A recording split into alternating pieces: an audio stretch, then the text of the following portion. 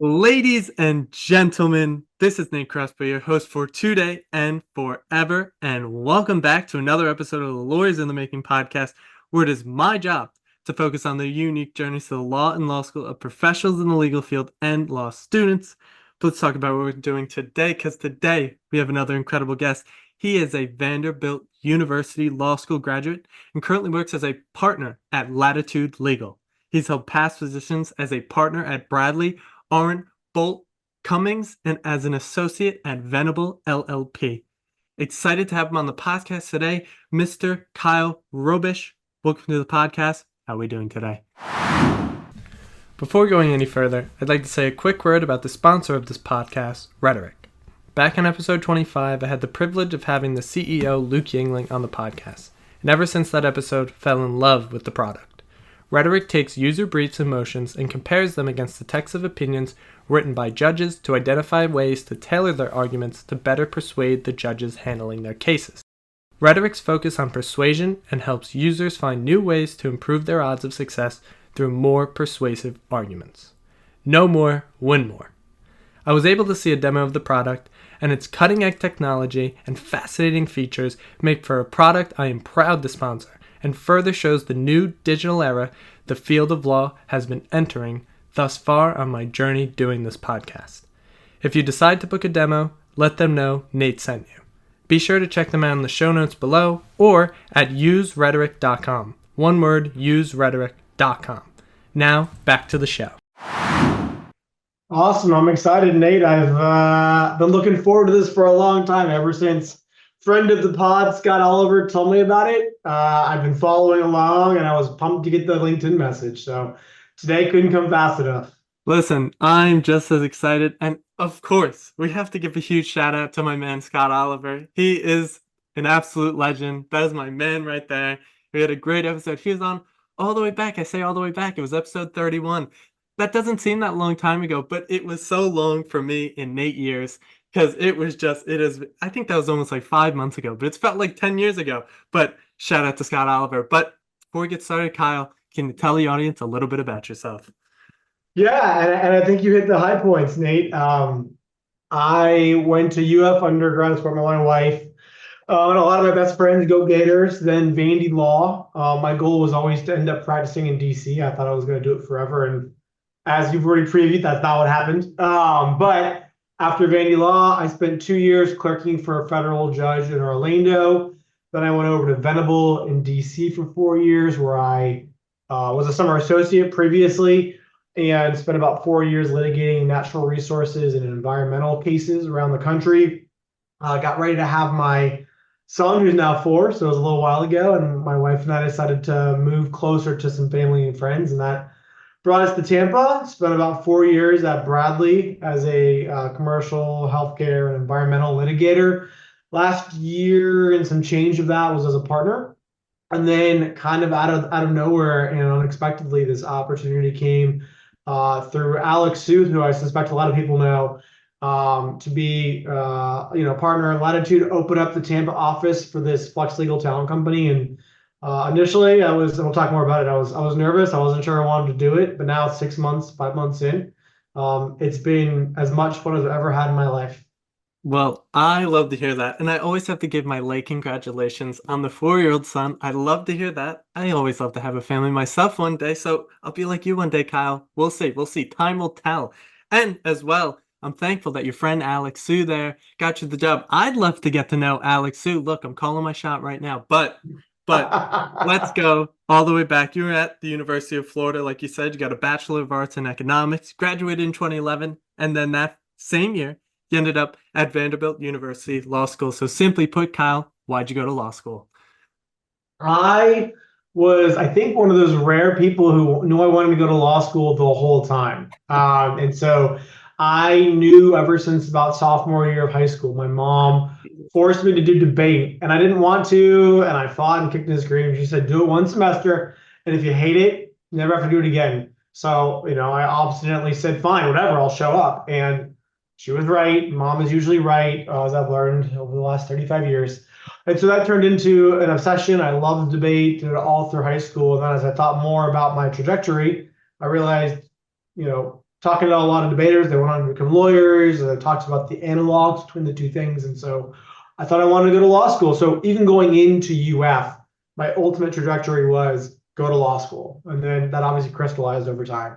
The reason why is I just really enjoyed this sort of like structure of policy debate, right? You've got a set of rules, you're applying them, you have a set of rules, but you're also your job is to sort of like bend them, test them, change them, convince somebody that X is within the rules at one point, and then X is not within the rules at the next point, right? And so this sort of critical thinking and really sort of brain magic is what got me pumped about it and convinced me that I really like lawyering. And looking back, I mean, they were pretty similar. So that's what got me into it.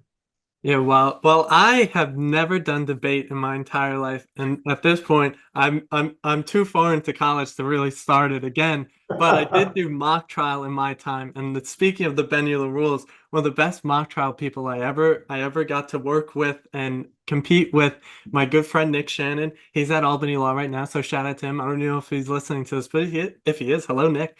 Regardless, he told me one of his last days at the university, leaving everybody off. He was retiring from mock trial. He told me, listen, Nate, there's one rule, and it's that if the court lets it happen, if the judges let it happen, then it's free game. And just like you said, bending those rules, it was one of the greatest things I ever learned. So I was doing the craziest things in the courtroom after that, totally against the rules. But listen, if they're not going to stop me, then no one is. But The rules are what the judge say the rules are, right? And reasons minds disagree every single minute on what that looks like. oh my, it was some crazy times. I just remember so not the tangent already, but this one particular moment we were going up against UConn, and I was actually like timekeeping, so I wasn't a part of it. And he did something so outrageously like against the rules, like, and it was like stated before, it was like I'm trying to think of what the word is, but it was like the evidence thing, but it was like up, so that they were showing it to everyone, and it was like, oh, they can't do that.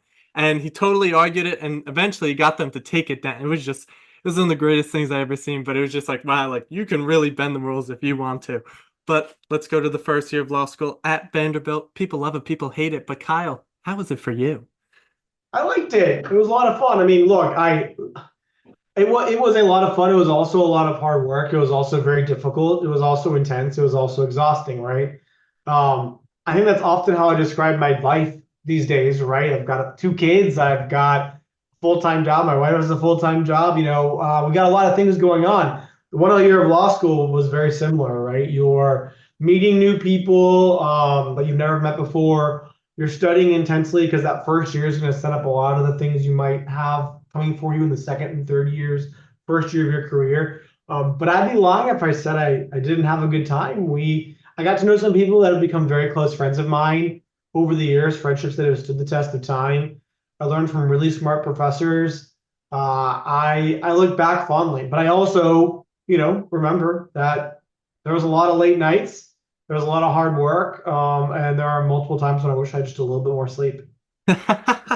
Well, going through law school, going through that first year, what are some things that helped you, when you look back on some nights, if you're like, oh, I wish I got some more sleep, but what are your things that kind of allowed you to take your focus off of work and to sort of enjoy your life and live a little bit and not live in the books the whole time? I think being in Nashville is a really cool element of the Vandy experience. I mean, you're right in the middle of the city, and so we did bar review every Thursday. And so what that meant is our class went out and reviewed a bar. Right, we go out to a happy hour to bar and sort of like hang out and take a night away from the books. Right, and that was really cool. Not only from just a hey, this is a break. We're going to be intentional about taking breaks element, but from a bonding perspective. Right, that's how I got to know a lot of the people that became my friends over that time period, and then now, looking back over the last decade. So, being able to do that, being able to get outside, Nashville is really close to a lot of really cool nature. My wife would come visit me. We had a long distance relationship. In law school, because she was still at UF at the beginning. So we go out to East Tennessee, go out to the mountains, the Smoky Mountains for a long weekend. But just trying to be intentional about enjoying where we were in our life, both in terms of physically where we were at the moment, right? Like I was a student. So yeah, it was really hard. I had to work really hard, but I also had a degree of freedom you never really get again in your life. And so I tried to embrace that. And it led to a really nice balance. Yeah, I mean, I love to hear that. And I know that all too well. I have that freedom right now as a student. And I know that time is ticking. So my freedom is only for too long. But just like you said, I'm always taking in the moment, making sure that I'm doing good, I'm doing well, I'm feeling well, I'm looking well. That's what it's all about. And you seem to epitomize that, Kyle. But you said that you were a summer associate at Venable, but I want to ask if you had any other summer associateships and as well in going through all those summer associateships, did you figure out what you wanted to do with the law, but especially what you did not want to do in terms of specialization? I can tell you that I talked to a lot of people because that second bit, that last bit's really, I think, the most important part. And I would say that's people when I was on the hiring committee at Venable, when I was doing recruiting at Bradley. Figuring out what you don't want to do is just as important in that process as figuring out what you do want to do. And sometimes we get so fixated on the what I want to do that you kind of forget, just kind of cross things off your list, or at least give them a try, right? So my first summer I split between a federal magistrate judge in Kansas City and Bridgestone. I actually got to work in house for about 6 or 7 weeks my first summer, which was really cool. It was a paid job in house in a big legal department, Bridgestone Americas. It was right there in Nashville, and I learned a ton about in-house life and how different it was than law firm life. I worked with some really smart people, and I learned a lot. It was really, really cool. And it was nice to have that juxtaposition with a more traditional litigation facing summer experience. Then for my second year, I knew I wanted to go. So I wanted at this point to go to DC. That was a big part of the reason I chose Vanderbilt. And so I wanted a law firm in DC. And I thought I wanted to do environmental work. And the reason I thought that was when I was in college, I interned for EPA for a summer and I loved it. And again, I knew I wanted to go to law school. So I was like, what do I want to do more specifically if I can start to figure that out? And I loved being, immersed in administrative law, the statutes, the regulations, the rules. I loved the tangibility of environmental law. We're building things, we're protecting things, we're balancing competing values as a society. It was really, really cool. And so I was like, I want to go to DC and I want to go to a law firm that has a strong environmental practice, ideally in the litigation space. So I was kind of hyper focused, right, on that. And I had, I wasn't awash in offers, but I had a couple. And I remember very clearly I picked Venable because I just got a really good vibe from my callback and my summer associate, my OCI. And it's actually, I think, a really good story. At OCI, I walk in and I ended up being interviewed by an associate at the DC office, I think, and the managing partner of the New York office of Venable. And before I even sit in my chair, Ed Boyle, who's still at Venable, I think, says, "So who are you drafting this year?" And I'm like I'm about to sit down. I'm like, what the heck is he talking about? This doesn't make any sense. So I think I look like a deer in headlights because it goes fantasy football. You have here in your resume, one of your interests is fantasy football.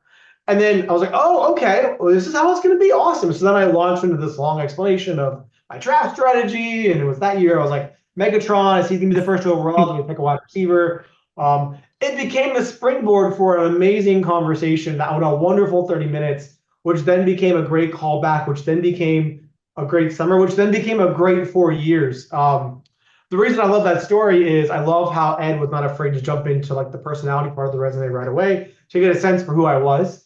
But I also love that putting fantasy football on my resume actually made a difference, right? It became a topic of conversation in a serious interview with a serious law firm. And so I think that's just a great example of telling folks, let your personality show, right? People will tell you not. I don't agree. I always found in that moment and then onwards when I was on the flip side, in the hiring chair, that I like to get to know candidates. And if they did something interesting, even if it wasn't the thing I did, I like to hear about it, hear about themselves, hear them describe their passions. And so anyway, I had a feeling at that moment I was going to like it. And then I did a callback and I loved it. And I chose that job. Thimble, big law firm, paid really well, really cool work.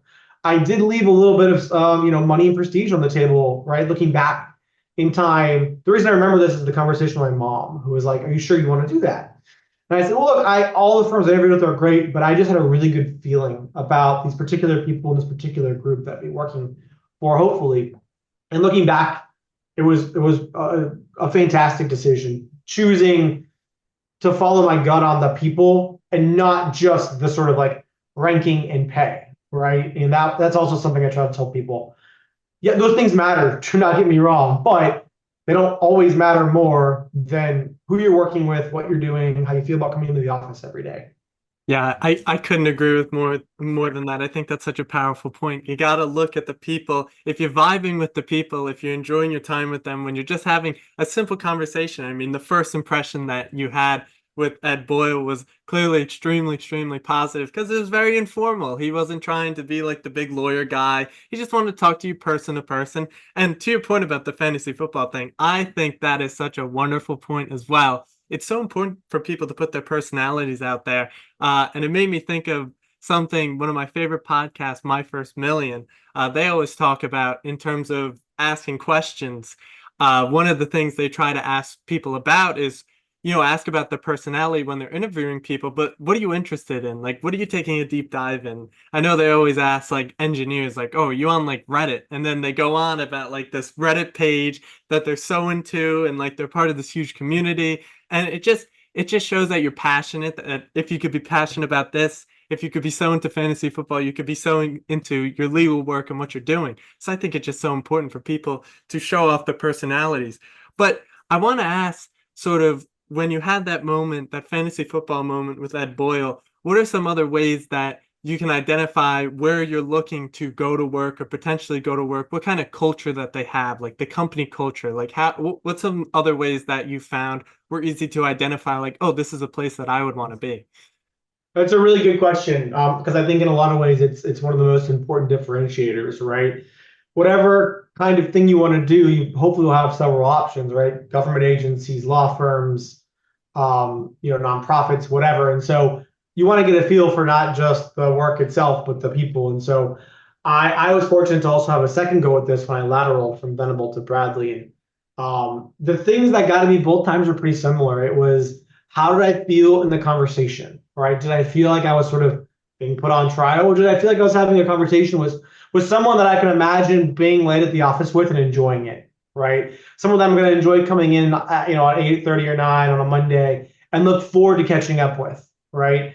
Were more doors closed or open in the office? Did people seem to have banter? Like the people interviewing me, did they seem to get along and connect genuinely? Because all of those things tell you what it's like to work there every day from the personal perspective, right? They tell you whether colleagues get along with each other or not. They tell you whether, you can walk in someone's door or that's not the default, right? And I'm not even saying all these things are good or bad, but they give you a data point as to whether what you're looking for. Maybe you want an environment where your door is closed, you can put your head down and work.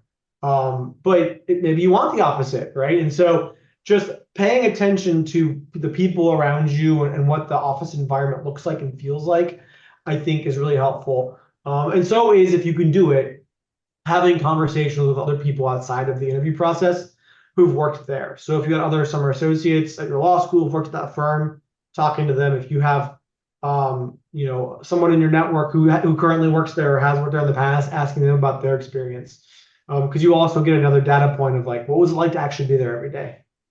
Well, you've hit another buzzword of mine. You've hit the networking buzzword. So now I have to ask how important networking has been for you. And I feel like every time I ask this question, some people don't like the word networking. They think it's a little overdone nowadays, which I agree with. I overdo it a lot. I ask it every single episode.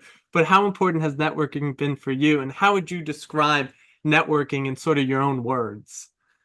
It's so funny, Nate. This morning, I was going for my morning walk. I always start the day with like a walk before I sit down at my desk. And I fired a tweet out, and the tweet was something like, I'm actually going to pull it up if you don't mind. Give me a second. I want No, to make sure. please do, It please was do. a crystallization of this in a lot of ways. So it was because I was reflecting, right, as I was walking on like where I was and where things have been, how things have been going, where I want to go. And what I said was, I'm living by one rule these days. If I'm living by one rule these days, it's answer the call. And then my sort of extrapolation was, when my son asked me to play, drop what I'm doing and play with him. That had literally happened twice this weekend. And I had a little moment when that happened. I'm like, this is not going to be like this forever. He's 4, he's getting older. Yeah, I'm literally going to put my phone down or stop watching TV and like go into his room and play blocks with him because he wants to do that. And that's awesome. And then when someone invites me to something, say yes, right? And I think I don't know if you've interviewed Bradford Harden. If you haven't, tell him that I said you should. Okay. um, but as he once put it in a conversation with me, it's all about increasing your surface area for serendipity. I loved the way he put it. But the punchline of that is the more times you say yes to meeting someone, talking to someone, trying out an opportunity, just doing something new and unique, right? The more your world's going to expand, your circle is going to expand, the richer your life is going to feel. It doesn't mean you have to stretch yourself thin and kill yourself trying to talk to people and meet people.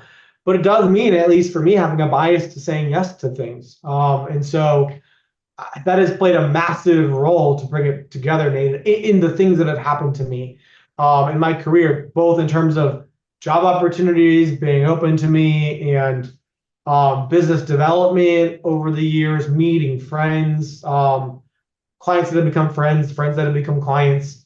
Um, I almost every time I can point to some conversation where someone was like, "Hey, are you interested in A?" And I'm like, "Yeah, let's do it." Right. And so um, every chance you get, as long as you're not killing yourself. Again, I want to emphasize, like, you don't have to spend 80 hours a week at lunches and dinners and coffees and scroll on LinkedIn, but have a bias for being open to things. And I think it's going to serve almost anyone in their career and their life.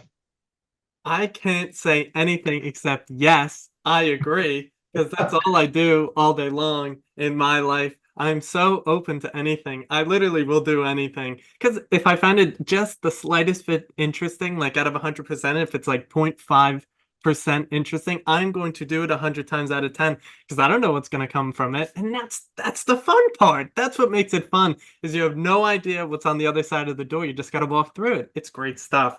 But switching gears a little bit, I want to talk about following law school, your law clerkship to the Honorable G. Kendall Sharp in Orlando. How was that experience? And what did you learn from it? What were some takeaways from it? It was awesome. I tell people every day, I think if you want to be a litigator, there's no better way to start your legal career than a clerkship if you can get one. I went into law school having no idea what a clerkship was. So I was the first in my family to go to grad school, certainly law school. So I didn't really know what that meant. And I kept hearing the word bandied about my 1 year. And then I started figuring out, I'm like, oh, this is a cool, interesting thing. Oh, they're super hard to get. Okay, well, yeah, I don't know if I'm going to get one, but I'll try. I'll just apply to a whole bunch that look interesting to me in places that I would live and see what happens. And I must have applied to, honestly, not an exaggeration, 300 or 400 clerkships to get a handful of interviews to get, the clerkship I got. And so it was great. And the experience was incredible, right? The ability to be at the right hand of a judge as they think through a case, tell you what a good lawyer does and what a bad lawyer does, to be exposed to mountains of briefs and then be exposed to mountains of legal writing and thinking and structuring as you're drafting orders and memos for the judge. There's nothing else like that. There's nothing else like that. And I found that when I got to Venable, it made me ultra prepared, right? I was in a lot of ways able to do things a fourth or fifth year associate might have been able to do. Not everything, but like certainly the litigation facing tasks or the writing tasks than maybe what a traditional second or third year might be able to do. Because I was just immersed in the litigation world. I saw every motion that came in. I saw everything get ruled on. I saw the life of these cases from the beginning to the end, and I was actively involved in helping the judge decide what to do at each moment. And so it was an incredible 2 years. It was awesome. I wouldn't change anything about it. Your mileage might vary, but most clerks, I would say, most clerks I talk to speak really highly about their experiences.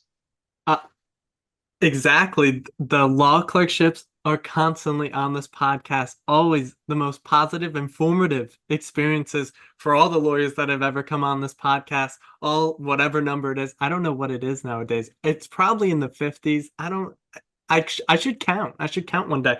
But they've always represented a very formative experience for them. But moving on from that, you then decided to go from summer associate and then do some other things, but come back, become an associate at Venable LLP. from 2016 to 2020. You were in Washington, D.C. So how was that experience? How was the experience working in Washington? It is the capital of the United States. It is the epicenter of everything that this country does. So how was working there, and how was that experience? It was incredible. My wife and I look back on that period in our lives, because now we have a very different, maybe equally amazing, in some ways even more amazing, life experience. But for where we were in our life, right, mid to late 20s, living in the heart of the city. We lived at like 13th in Massachusetts, so we were like a 12-minute walk to the White House. We were literally right in the city. I walked to work every day.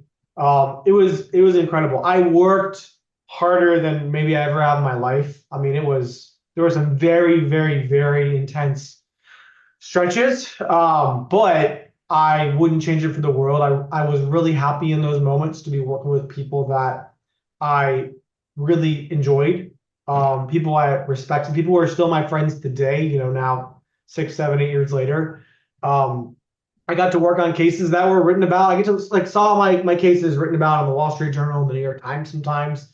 And that was really, really cool, right? Especially in the formative years where I'm learning about litigation, about what it means to be a lawyer, about what it means to manage a case and think strategically about it.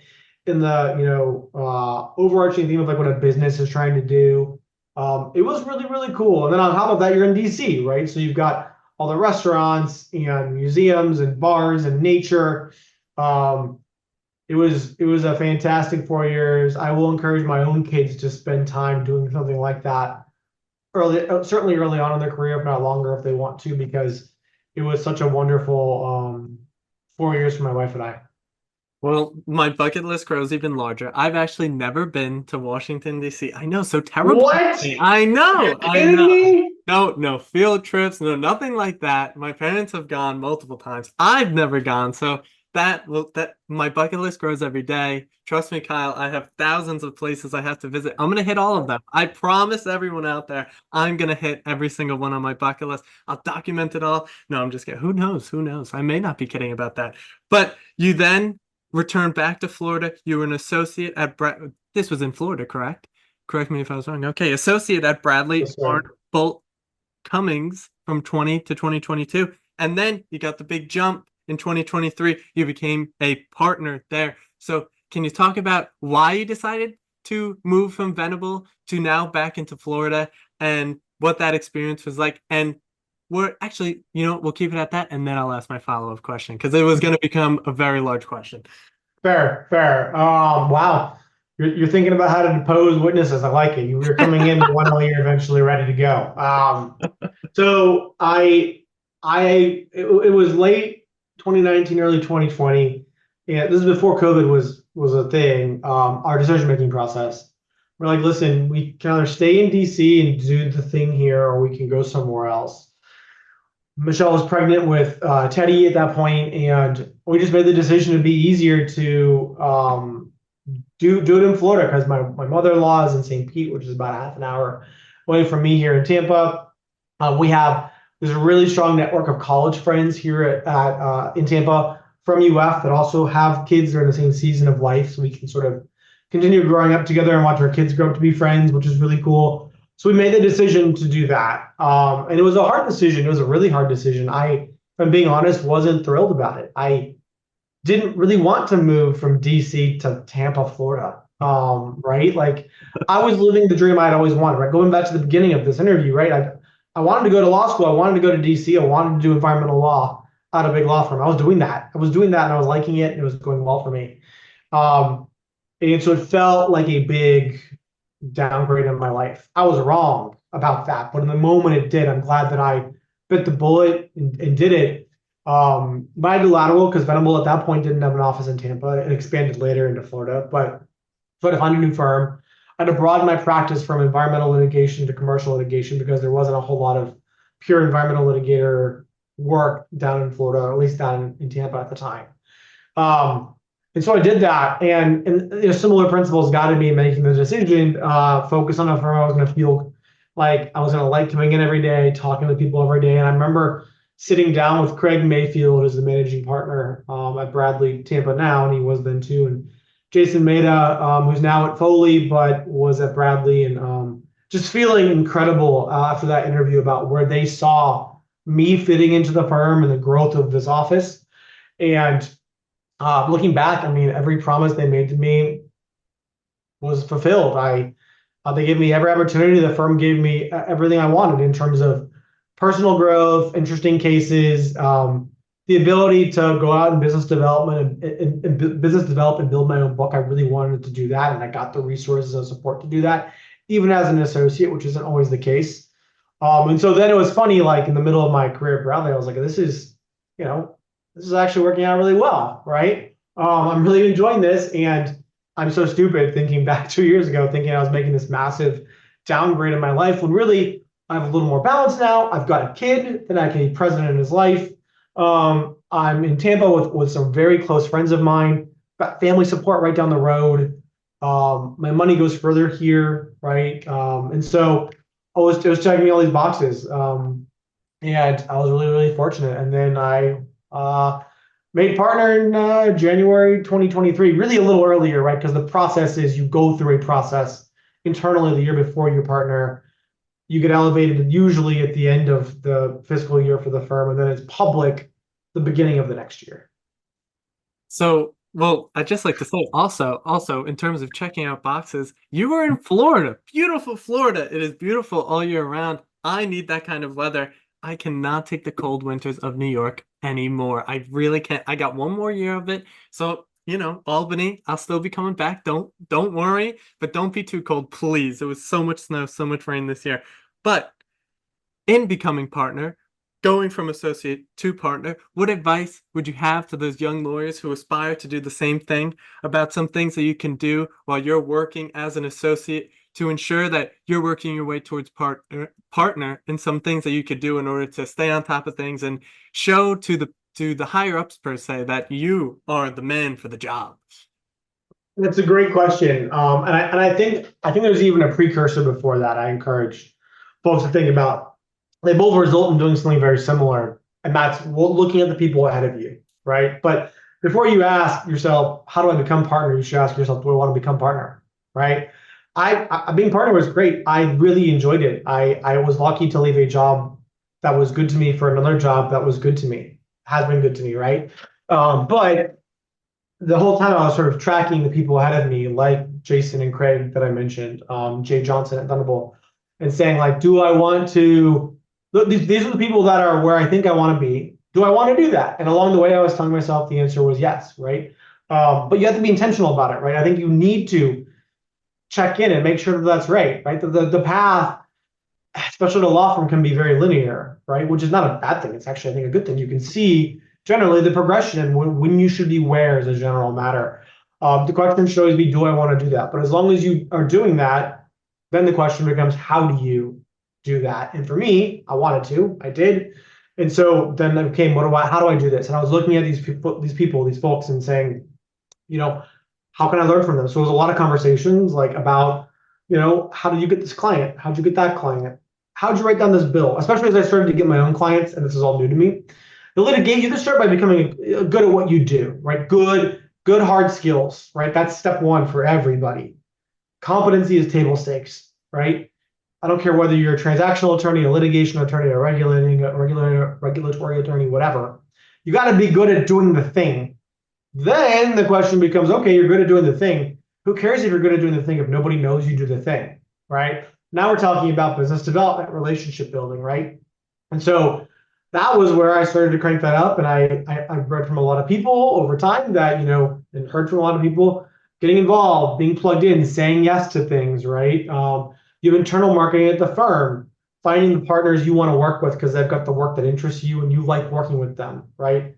So saying yes to maybe the less interesting assignment from them to show them you say yes, you're a team player and you can do a great job. There's a great example of this actually. Remember Zach Madonia, one of my favorite lawyers in the world, his partner at Bradley.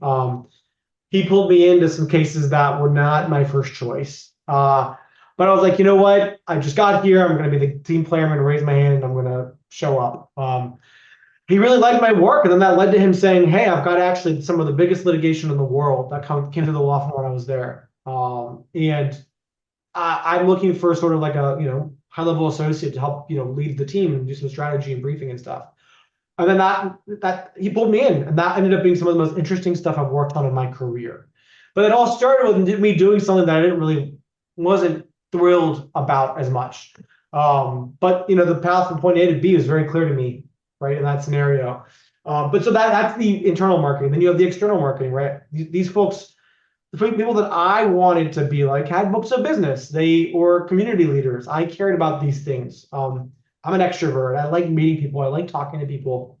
Um, I also like the freedom that, in my mind at least, and I think it's true, that being somebody with a book of business can bring, right? And so I was watching them take meetings with people, show up to, involvement in the community, taking a point to follow up with people when they thought about them, right? And I started doing all those little things myself and seeing that snowball, especially as I moved towards partnership. But again, it all started with the premise going all the way back to who's doing what I want to do. Okay, looking at their life. Do I want that life? Yes? Okay. If the answer is no, kind of change something. Maybe not immediately, but in terms of your planning, right? But if the answer is yes, then you go to the second part. What are they doing that works? I'm going to watch it and I'm going to ask about it. And I'm going to be intentional about trying to model some of that in a way that works for me in my life. And that process worked pretty well for me. So now I have to go on a philosophical diatribe right now because you're talking about something, one of my favorite quotes ever, one of my favorite authors, Niccolo Machiavelli, one of my favorite authors ever. I love The Prince. I read it like once a year. It's a religious kind of thing.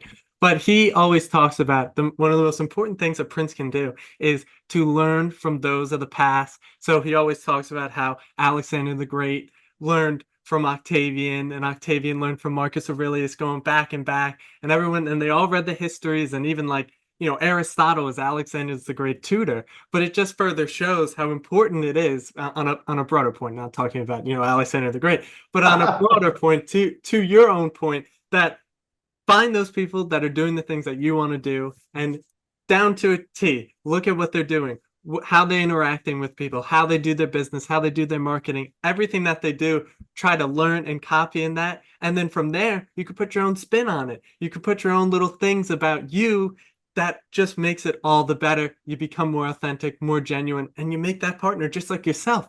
But we are now down. Wait on, Nate, before you move on to the next thing, I think you hit on something really, really important. So I want to, before we depart, I love the last bit, right, about making it yourself. So there's a partner at Bradley who was very successful building his book and meeting people through heavy bar involvement. He was involved in a lot of defense bar association, the American Bar Association, et cetera, et cetera. The real lesson to me in watching that was the bar associations are a way to meet people, but really he meets people by being around people, right? Through the committee work, through rolling up his sleeves and showing up and building natural connections, right? And that led to referrals, and those people became, potential clients, and they went in-house or whatever it might have been, right? My twist on it, I mean, look, I have some bar involvement too, but I think that's important. But I was also like, I can do it a different way. Social media, right? I can stay top of mind with people through LinkedIn and through Twitter and through Instagram. I'll also do some bar involvement because I like that too. But the real distillate of that lesson was be involved with people, stay top of mind, show up. You can do it in any way that works for you. You don't have to do the exact same thing. You're just trying to find the threads and themes that work for people and then mold them into something that does resonate with you. Oh, so beautifully said, Kyle. My God, my brain is tingling Remember, right I used to talk and write for a living, okay? But you are now a partner at Latitude Legal. As it says above your head, the people out there listening can't see it. I could see it though, and it's in big bold letters, Latitude Flexible Legal Talent. But you said there were some nerves that went into this decision. There was some uncertainty. So can you talk about that uncertainty, making that leap, and why you decided to go with Latitude in the first place?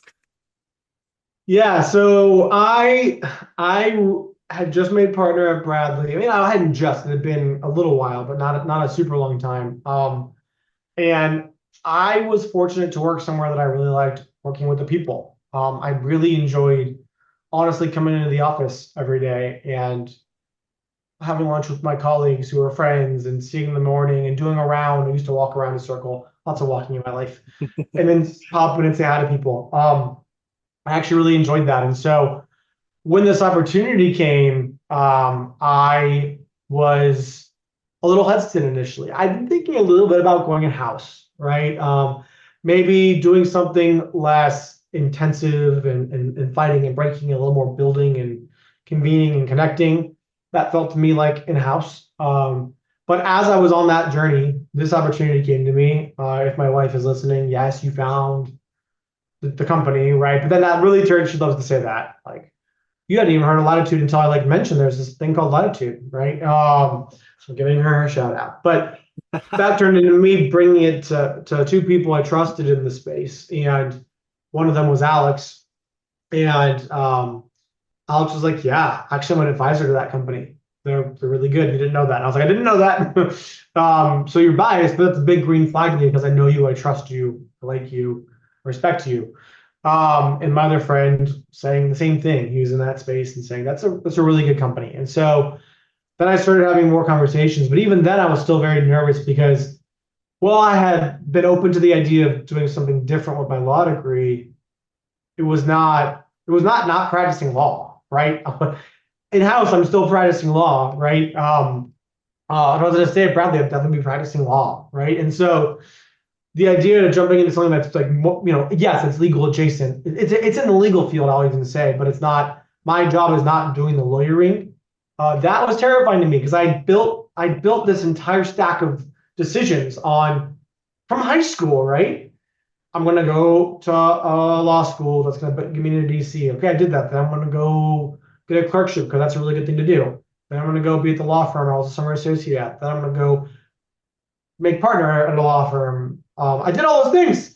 And then I was like, you know what? I'm going to throw it away, which is not really what happened, right? It was not throwing it away. It was using it in a different way, right? And I would not change anything about what I had done. My time at Bradley, my time at Vanderbilt, my clerkship, nothing. I would not change any of it. But it was nerve-wracking to me because I was afraid I'd be stepping off this well-trodden path for something new that was had a lot of cool upside. Was very much betting on myself, but was very different. And you mentioned earlier about stepping through doors, right? Alex said something to me during my process that has resonated with me and stuck with me. And he's like, listen, if you do this, you right now as a law firm partner, you kind of see the doors. You've seen the doors the whole time. That's why you've been able to go through all of them, right? You could see what it took. Right now, if you walk through this door, you don't know what the other doors are through. You walk through this door, and all of a sudden, there's all these new doors you don't even know exist, right? Because it's not in your programming and it's not in your current path. So it's not really just walking through this particular door. It's walking into a new world of like possibilities and opportunities over the next 5, 10, 15, 20, 25 years. And that really stuck with me. I think it's right. I can see it in some small ways now, but the ability to sort of change your paradigm. It's scary, but if it feels like it's the right fit, it can be really, really cool. That's been the case. So I eventually took the leap. I was like, this is really cool. I get to open up something, found something, build something in a job that is building, connecting, and helping people. And yeah, I guess I should try it. Right? I don't want to look back and regret 10 years from now. I wish I'd taken that shot and I didn't. And so I did, and that was, I don't know, 4 or 5 months ago. And so far, it's been awesome. I really, really enjoyed it for all the reasons we just mentioned. But yeah, it was not in the plan for somebody who had a very defined plan for 15 years. Well, I love to hear that more than anything in this world because it is the tagline of this podcast says there is no straight path to the law school. There's only your unique journey. And Kyle, your unique journey took you to paths that you didn't even know were possible in reality, in your reality. So I'd love to hear that more than anything because it just further shows my message. It might be true. Who knows? But I want to talk about what exactly you do at Latitude and what does your day-to-day look like? What are the sorts of things that you do on a daily basis, going through Latitude, working there, having a great time?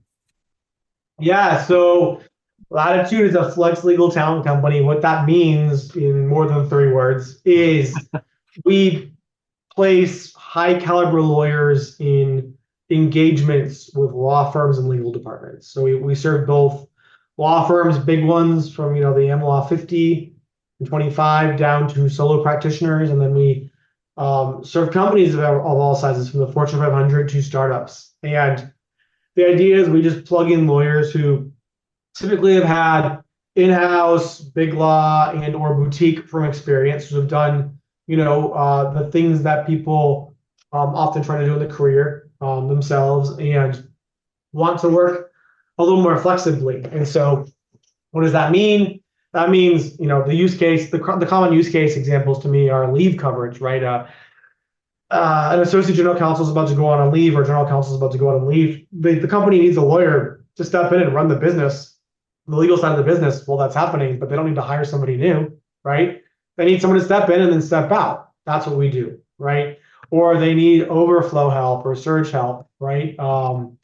So what I think is really cool about it is, in everything that I work on, I'm helping two people, right? I'm helping the attorney or the paralegal, we do both, who's looking for a more flexible way of practice. Flexible does not mean, by the way, I want to do 20 hours a week of work. Sometimes it does. It can also mean I want to do 60 hours a week of work, 9 months out of the year, and then take the other 3 months off, right? Or it can mean I just want to pick who I work with, right? But someone who wants to do things a little differently, but still practice at a really high level, doing interesting things with interesting clients. And then on the flip side, on the other side of that, I'm helping a client who's like, oh my God, I'm either so busy, I'm dying, and I need extra help, or, hey, I'm about to go take vacation, or my colleague had a medical emergency, or whatever it might be. Can you please get us some help so the team can stay even keel, stay balanced, not have to get, overworked, right? And so I can tangibly see, because I'm talking to both those people, right? And I'm kind of getting them to help each other out. That's really cool. It's very different too than what I've been doing before. I mean, yeah, litigation involves helping people, but it's just different, right? You often will be detached, especially with, corporate litigation.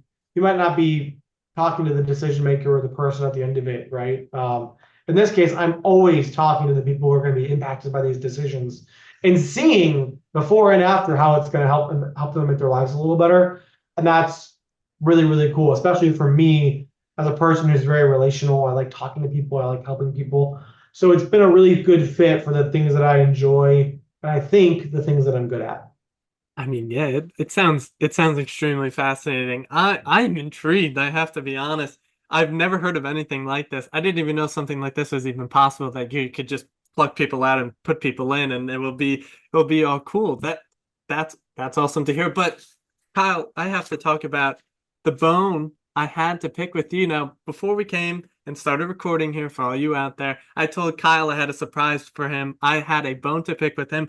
I was looking at his profile on Latitude Legal and saw something interesting all the way at the end, is that Kyle is a massive Arsenal fan, and that is just a heartbreaker, because I'm one of the biggest Chelsea fans Long Island has ever seen. I can see from his face already. It is I ruined the interview. It's really good, Nate, that you saved this for the end, because I might have actually just canceled the interview up front and just got really busy all of a sudden. So I've actually been to Stamford Bridge with a very close friend of mine who is also a Chelsea fan. I've also seen Arsenal play at Emirates Stadium a couple times. My wife and I saw Arsenal Manchester City at Wembley in the Community Wow. Shield. I'm a And they won. huge Arsenal fan. Yep, it's really cool. I mean, that's amazing. I mean, I've never been to England before. It is like the on top of my bucket list is to go to Stamford Bridge, see a game, even go to the Emirates. I want to try to go to pretty much every stadium, that even the small ones. I'm just super interested. Craven Cottage, where Fulham plays, is really, really cool because it has that the doors you walk through are the original doors, right? And so it's just culture and history everywhere you look. The English Premier League is one of the coolest sports league, if not the coolest sports league in the world. Wow. A Craven Cottage on the Lawyers in the Making podcast making an appearance. I think it just made my month. Like, that is the greatest thing I ever Well, heard. hold on. Well, I guess I can show you, but I can't show your audience because I don't think do videos. But I have a Bradley Football League. The Wow. background thing is not working so well. Scarf, there's a Bradley Fantasy EPL League, and I am the back-to-back reigning champion. of the Bradley Fantasy English Premier League. So I'm going for my three-peat this year. The boys are ready. They got some well-rested legs from the off season in the summer. I'm just really looking forward to that three-peat.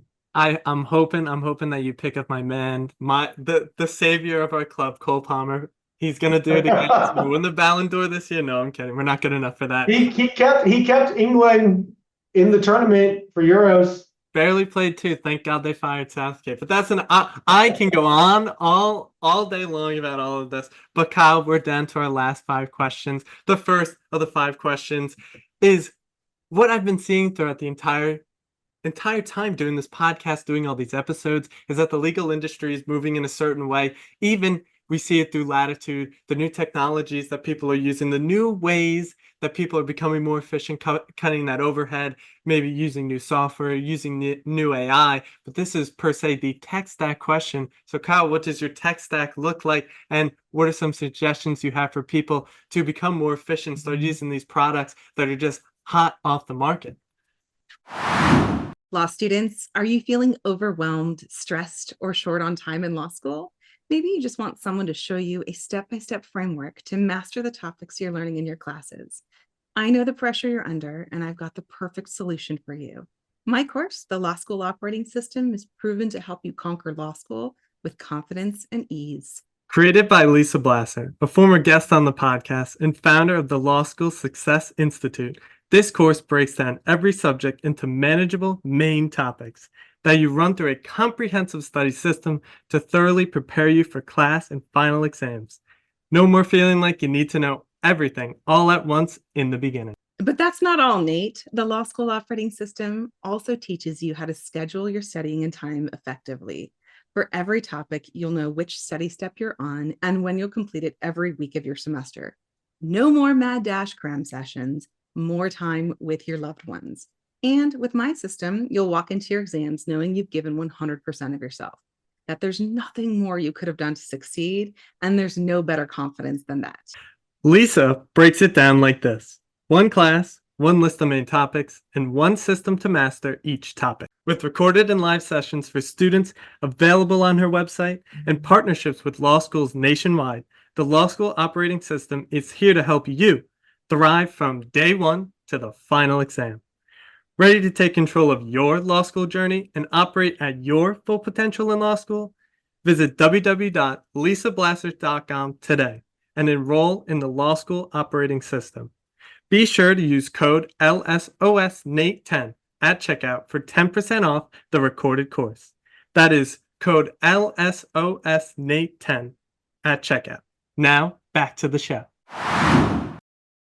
So my tech stack may be a little different because I am not litigating anymore. But the biggest thing for me is Notion. I love Notion. It is basically Google Docs on steroids. It has some really cool functionality when it comes down to organization and embedding multiple notes and stacks.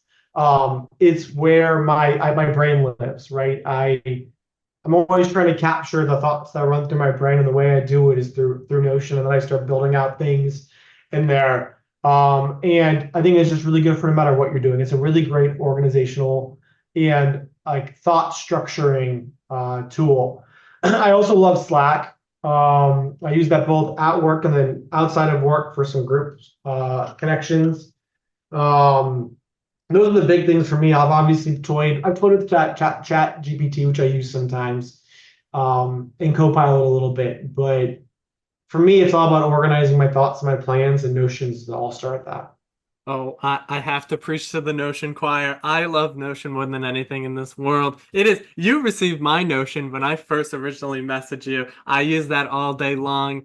Like you said, that's where I organize my thoughts. That's where everything is. My brain is in that Notion, and hopefully no one finds it because my brain gets a little crazy sometimes. But fourth to last question here, Kyle, live on the Lawyers in the Making podcast. Kyle, what are your book recommendations for people? It doesn't have to be about the law, just some of your favorite books, something you give a gift to someone.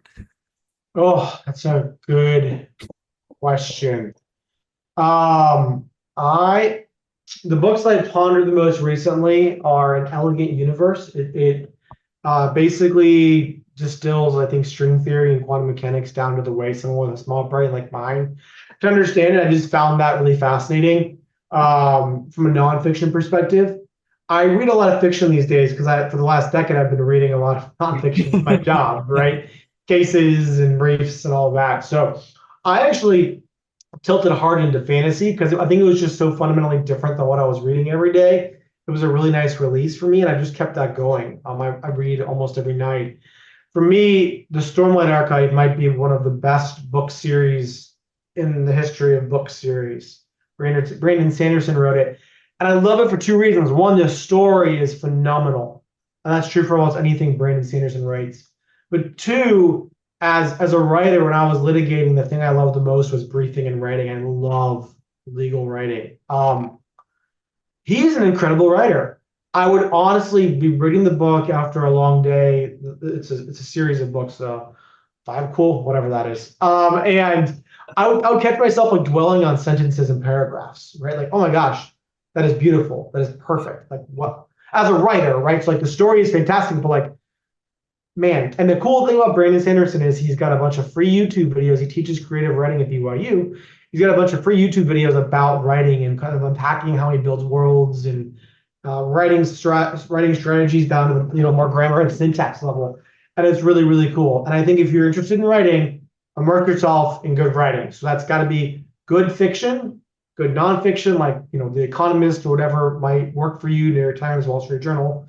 But yeah, reading is important, and I love it. I've never heard of the Stormlight Archives, but now I got new books to read. And Elegant Universe, genuinely might buy it. Really interested in that stuff. That was like the craziest thing I thought. I wasn't expecting it. It threw me off there.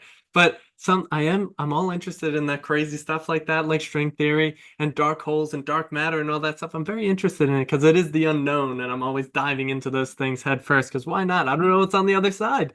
But third to last question here. What are the types of things that you consume, not food, on a daily basis, either through social media, so LinkedIn, Twitter, Instagram, Facebook, Reddit, any podcasts you listen to, any Substacks that you read, any people, on LinkedIn or Twitter that you would recommend for people? What is crossing the transom of Kyle's mind on a daily basis?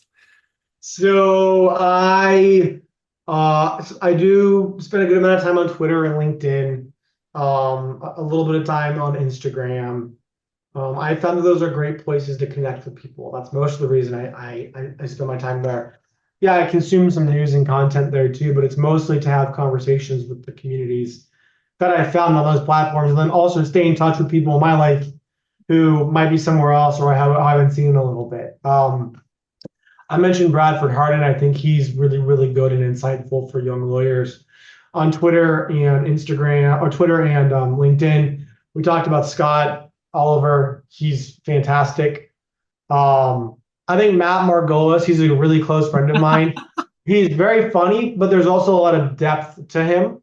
And so I think he's really good on both things. When he starts talking about the actual practice and what it's been like a house for him and now his own fractional GC shop. That's fascinating, but you also get a dose of humor, which is nice. You mentioned Substacks. There's probably one must-read Substack for me, maybe two. I'll be biased with both of them. One is Alex Sue's Off the Record. He doesn't release one like once a month rather than being sort of artificially consistent. I think he just writes and releases it when it's ready or it strikes him. But it's always long form. He's got charts and graphs, which helps kind of consuming the ideation, right? And oh my gosh, he is a really, really, really, really smart. And so his observations on just both law practice generally and the trends in the legal practice field, but then also, more broadly are amazing. So I'd recommend everybody pick that up. A friend of mine who was actually the former general counsel of Poshmark, Evan Burrell, Double Gator, Go Gators, has a Substack called Neat Working, which is really cool. He just basically, it's a play on neat networking. And the idea is he just catches up with somebody who's doing something really, really cool in his life. And then he interviews them on the podcast for on the video for like an hour, and then writes it up and kind of has large theme takeaways. And I think they're just really, really insightful. This is a guy who's done some really cool things with his career at a fairly young age. And so I find it very insightful. Well, that just added 2 more Substacks I get to read on a daily basis. There we go. But as well, Matt Margolis, I've actually been following on my own Twitter account for I think it's been 3 years. It's been such a long time, but he's always been so funny. And I always love reading the stuff about the stupid copyright or trademark infringements that happens between two. It's just two of these companies that have the same name that do totally different things and just fighting over the petty things like that. I always found that very funny. And he's also, like you said, like I've been saying, he's a very funny person. So I always love reading his tweets. So shout out to him. I love him very much. But second to last question here, Kyle, what does an ideal Friday night and Sunday morning look for you? Oh, wow. It's interesting because they're very different, I think. I'm a very social person, so I like on Friday evenings to catch up with some friends or my family, maybe go out, grab a drink or a nice dinner, hang out, catch up, decompress, do something not work related. And that's probably my ideal Friday night. My ideal Sunday is just family time, waking up in the morning, getting the kids up, and then just kind of hanging out, maybe letting them watch a little bit of TV and then playing with them, going for a walk, taking them somewhere interesting like a park or a playground or a theme park or something. Just family time. I think it's important to have that balance of not doing all of everything, right? Space for your family, space for your friends, space for yourself. That's why I read every night. So yeah, I think those are my answers. They're sufficient enough. I love them very much. But final question here, Kyle. I do this at the end of every single episode. But what are your words of wisdom for the aspiring law students, the current law students, and the legal professionals out there in the world? I'm gonna cheat a little bit and go back to the thought that's been ringing with me over the weekend and this morning, and it's answer the call. If someone sounds interesting or something looks cool, you have the opportunity to reach out to that person or do something or do that thing, do it. You'll rarely regret having tried something. The worst case scenario is you decide you don't want to see that person again or do that thing again. The best case scenario is you've met a really cool person who's going to become a good friend and an accelerator in your career. Or you've tried something that is now your passion that you're really, really excited about. And so it's really a bad idea to show up and give something a try. Beautifully said, Kyle. I couldn't agree more. You just got to go and do it. No matter what the stakes are, just try it out because you never know what happens when you go through that door. There could be something special on the other side. But Kyle, that's the episode. That's the pod. So thank you so much for coming on here, spreading your wisdom, spreading your experiences. And for everyone out there listening, thank you for tuning in. Be sure to check us out, lawyersinthemaking.substack.com, lawyers in the making, one word, substack.com. And I will see you all in the next one.